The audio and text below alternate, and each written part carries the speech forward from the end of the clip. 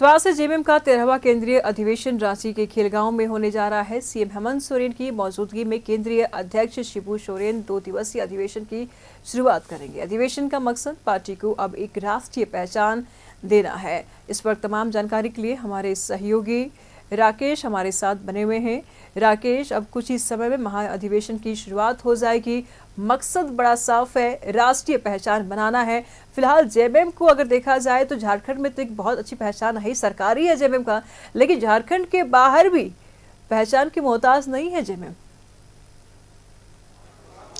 बिल्कुल, देखिए, महाधिवेशन को लेकर जो बैठक है वो बैठक की शुरुआत हो चुकी है, क्योंकि पार्टी के जो कार्यकारी अध्यक्ष है वो पहुंच चुके हैं, पार्टी सुप्रीमो शिबू सोरेन वो पहुंच चुके हैं, और इसके अलावा तमाम जो पार्टी के जो सांसद हैं, जो विधायक हैं, जो सरकार में मंत्री हैं, वो तमाम चेहरे इस महाधिवेशन में आपको नज़र आ रहे होंगे। एक एक कर तमाम लोग जो हैं वो बैठक के लिए पहुंच चुके हैं, और तमाम राज्यों से डेलीगेट्स जो हैं उनके आने का भी जो सिलसिला है वो लगभग पूरा हो चुका है।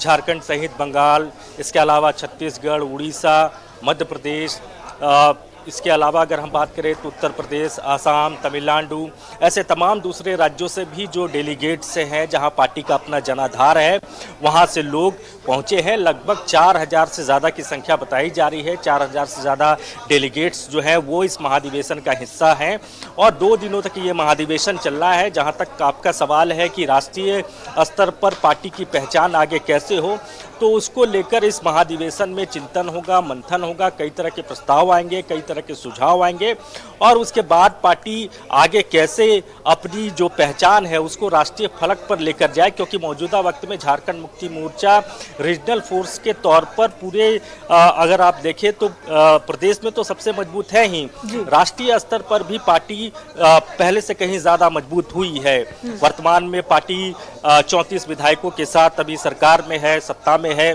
और ये जो वक्त है ये झारखंड मुक्ति मोर्चा का सबसे शानदार प्रदर्शन इस बार चुनाव में रहा। इससे पहले 2019 की अगर हम बात करें तो उस वक्त झारखंड मुक्ति मोर्चा के खाते में 32 विधायक थे, इस बार 34 विधायक आए हैं। तो धीरे धीरे करके झारखंड मुक्ति मोर्चा पहले से और कहीं ज़्यादा मजबूत हो रहा है। तो यही वजह है कि पार्टी को अब ये महसूस हो रहा है कि सिर्फ क्षेत्रीय स्तर पर ही नहीं, राष्ट्रीय स्तर पर भी पार्टी को अब ले जाना होगा, और इसकी ज़रूरत अब पार्टी के नेता कार्यकर्ता बिल्कुल राकेश, तो दूर क्यों जाए, बगल में ही चले जाते हैं।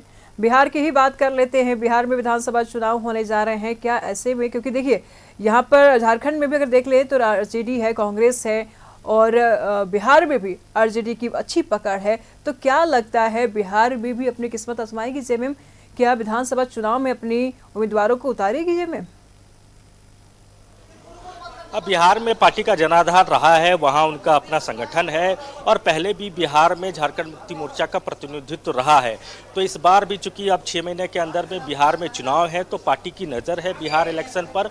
और ये जो पंचायत है झारखंड मुक्ति मोर्चा का 2 दिनों का जो चलेगा महाधिवेशन, उसमें बिहार चुनाव को लेकर भी पार्टी की क्या रणनीति होगी, पार्टी कैसे बिहार चुनाव को लेकर आगे बढ़ेगी, ये तमाम विषय इस महाधिवेशन का हिस्सा है।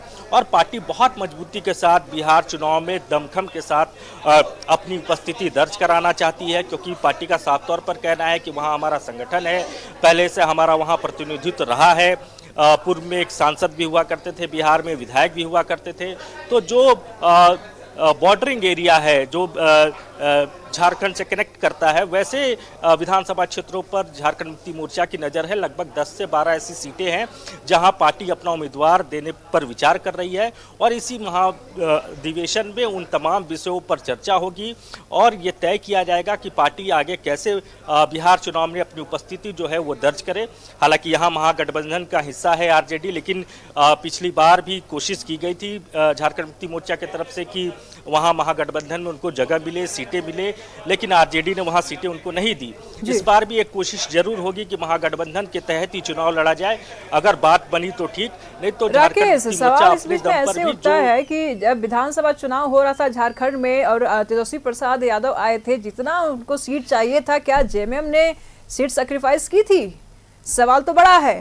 थोड़ा सा अंदर ही अंदर उदास होकर के जरूर तेजस्वी प्रसाद यहाँ से गए थे, लेकिन अब यही चुनाव, विधानसभा चुनाव बिहार में भी होने जा रहा है, तो क्या सीट एलोकेशन में जेएमएम को दिक्कत नहीं हो सकती है? कब शब्द में जवाब दीजिएगा, समय का अभाव है। बिल्कुल, देखिए पिछली बार भी कोशिश की गई थी, मैंने आपको पूर्व में ही बताया कि उस वक्त बात नहीं बनी, सीटें नहीं मिली। एक बार फिर ये कोशिश होगी पार्टी के स्तर से कि महागठबंधन में झारखंड मुक्ति मोर्चा को भी जगह मिले। जहां तक यहाँ आरजेडी की बात है तो आरजेडी को देखिए 7 से ज़्यादा सीटें यहाँ मिली थी और आरजेडी का अच्छा इस बार परफॉर्मेंस भी रहा, 4 विधायक चुनकर आए हैं। तो देखिए जिसकी जैसी अपनी सांगठनिक क्षमता होती है, जैसी उनकी अपनी राजनीतिक हैसियत होती है, उसके अनुसार से सीटों का बंटवारा होता है जी। तो अब ये आकलन आरजेडी को करना है बिहार में कि क्या झारखंड मुक्ति मोर्चा उस कद का है कि बिहार में उनको सीटें दी जाए। अगर उनको ये महसूस होगा कि नहीं उनकी ताकत बढ़ी है, ठीक है, और बिहार में हम रखिएगा, लगातार हम आपसे जानकारी लेते रहेंगे। बहुत शुक्रिया तमाम जानकारियों के लिए।